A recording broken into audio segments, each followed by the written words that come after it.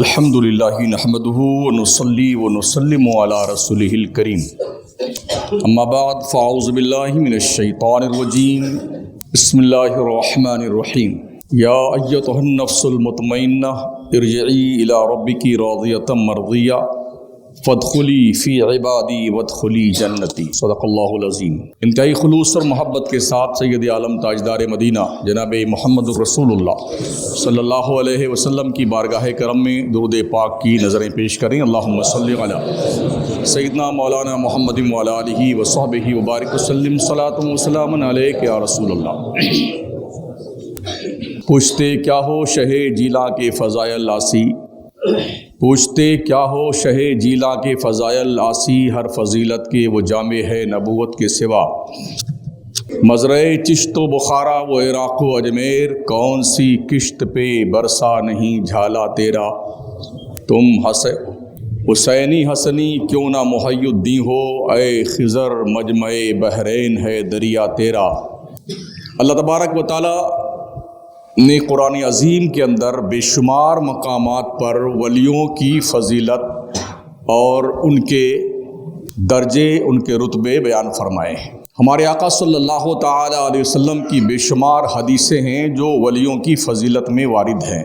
دراصل یہ ولایت ایک ایسا شعبہ ہے جس طرح سے نبیوں اور رسولوں کو اللہ منتخب کرتا ہے پوری کائنات میں، ایسے ہی ہر نبی کی امت میں اولیاء کا انتخاب عمل میں آتا ہے قدرت کی طرف سے۔ حضرت آدم پیغمبر سے لے کے عیسیٰ علیہ السلام تک ہر نبی کی امت میں علماء اور اولیاء دونوں پیدا ہوئی ہے۔ ایسے ہی سنت رب ذوالجلال رہی، ہمارے نبی آقا صلی اللہ تعالی علیہ وسلم کی امت میں بے شمار علماء اور بے شمار اولیاء پیدا ہوئی ہے۔ جتنے علماء اور جتنے اولیاء امت محمدیہ میں پیدا ہوئے ہیں اتنے کہیں نہیں ہیں، بلکہ میں یہ سمجھتا ہوں آدم پیغمبر سے لے کے عیسیٰ علیہ السلام تک سارے نبیوں کی امت کے علماء اور اولیاء کو اکٹھا کیا جائے پھر بھی ہمارے نبی کی امت کے علماء اور اولیاء کی تعداد کے برابر نہیں ہو پاتے ہیں وہ لوگ۔ جس طرح سے آپ نبیوں کی تبلیغ کا جائزہ لیں تو آپ کو پتہ چلے گا کسی نبی نے 100 سال تبلیغ کی، کسی نے 200 سال کی، کسی نے 950 سال کی۔ اب ایمان لانے والوں کی آپ ترتیب دیکھیں اور ان کی تعداد دیکھیں تو کسی نبی پہ ایمان لانے والے 50 لوگ ہیں، کسی پہ ایمان لانے والے 16 لوگ ہیں، کسی میں 200-400 لوگ ہیں۔ ہمارے نبی نے 23 سال کی مدت تک تبلیغ صرف کی ہے، صرف 23 سال۔ کم و بیش 1,24,000 صحابہ حضور کی غلامی کا پٹا گلے میں باندھ لیے تھے۔ ہر نبی کی تعلیم کا حال یہ تھا کہ نبیوں کے دور میں ان کی امت کے اولیاء، اور کبھی کبھی ایسا بھی ہوا ہے کہ ایک ایک نبی کے ساتھ میں اللہ نے اس کے مددگار کے طور پہ کئی نبیوں کو پیدا فرمایا۔ ولی تو تھے ہی لیکن نبیوں کو بھی اپنے نبیوں کا مددگار بنا کر کے اللہ نے پیدا کیا۔ مگر جب ان کی تاریخ کا ہم مطالعہ کرتے ہیں، جیسے ہی اس نبی کا انتقال ہوا یا حضرت عیسیٰ آسمان پہ اٹھائے گئے تو 100 سال سے لے کے 200 سال کے اندر تک ان کی امت کے مولانا لوگوں نے، حضرت لوگوں نے، قبلہ کعبہ لوگوں نے قانون ہی بدل ڈالا۔ جو قانون سخت تھے ان کو آسان کر دیا، جو بہت سخت تھے اس کو ہٹائی دیا ان لوگوں نے۔ لیکن ہمارے آقا صلی اللہ تعالی علیہ وسلم کے انتقال فرمائے ہوئے تقریباً 1450 سال کا زمانہ گزر رہا ہے، اب تک کوئی ایک نقطہ نہیں بدل پایا ہے۔ جو زبر جہاں تھا وہی ہے، اسے کوئی زیر نہیں کر پایا ہے۔ جبکہ ہمارے نبی کی امت میں نبی نہیں ہیں، علماء ہیں، اولیاء ہیں، صدیق ہیں، شہید ہیں، صالحین ہیں۔ ہمارے نبی نے مقام علماء بیان فرمایا، العلماء ورثۃ الانبیاء، علماء انبیاء کے وارث ہیں۔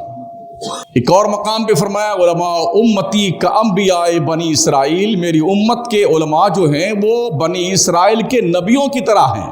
مطلب جو کام انہوں نے اپنے نبیوں کے ساتھ انجام دیا تھا وہ کام ہمارے نبی فرماتے ہیں ہماری امت کے علماء کام انجام دیں گے قیامت کی صبح تک۔ تو یہ علماء کی، صحابہ کی، تابعین کی، تبع تابعین کی، بزرگان دین کی، اولیاء کی محنتیں اور کاوشیں رہی ہیں، جس کی بنیاد پر 1400 سال کا زمانہ گزرنے کے بعد بھی قانون بدلا نہیں جا سکا نبی کے۔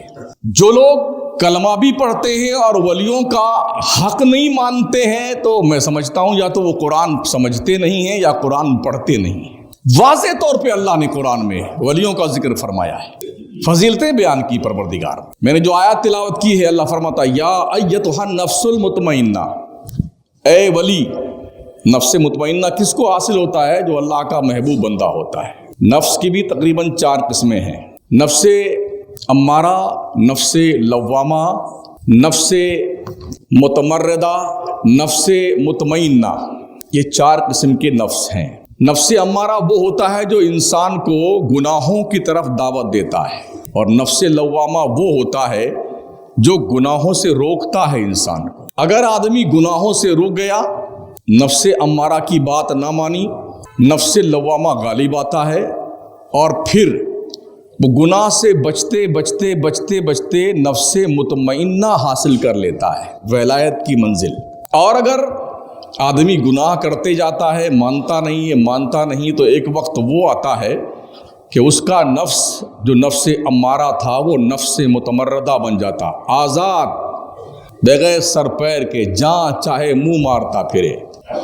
تو نفس امارہ جو نفس متمردہ بن جاتا ہے، اسے جہنم میں جانے سے کوئی روک نہیں سکتا ہے، اور نفس لوامہ جو نفس مطمئنہ بن جاتا ہے وہ مقام ولایت پہ فائز ہوتا ہے۔ تو اللہ فرماتا اے نفس مطمئنہ، یا ایتھا النفس المطمئنہ ارجعی الی ربک راضیۃ مرضیہ، تو اپنے رب کی طرف واپس چل۔ جب اس کی موت کا وقت آتا ہے نا، ولی کی موت کا، تو فرشتہ جو آتا ہے نا روح نکالنے کے لیے، وہ کیا کہتا ہے؟ عام لوگوں کی روح تو کھینچ کھانچ کر کے نکالی جاتی ہے کہ بہت برا حال ہوتا ہے عام لوگوں کا مرتے وقت، لیکن جو اللہ کے نیک بندے ہوتے ہیں نا، تو اللہ انہیں یہ پیغام دے کے بھیجتا ہے، ملک الموت جا تو رہا ہے میرے بندے کے پاس، مگر یوں مت کرنا، باقی یوں جا کے کہنا اے نفس مطمئنہ، چل پلٹ کر کے اپنے رب کی طرف چل۔ ارجعی الی ربک راضیۃ مرضیہ، تیری کنڈیشن کیا ہے؟ تو بھی اللہ سے راضی ہے، تیرا رب بھی تجھ سے راضی ہے۔ اور جب بندے کی کنڈیشن یہ ہوتی تو اللہ کیا فرماتا ہے؟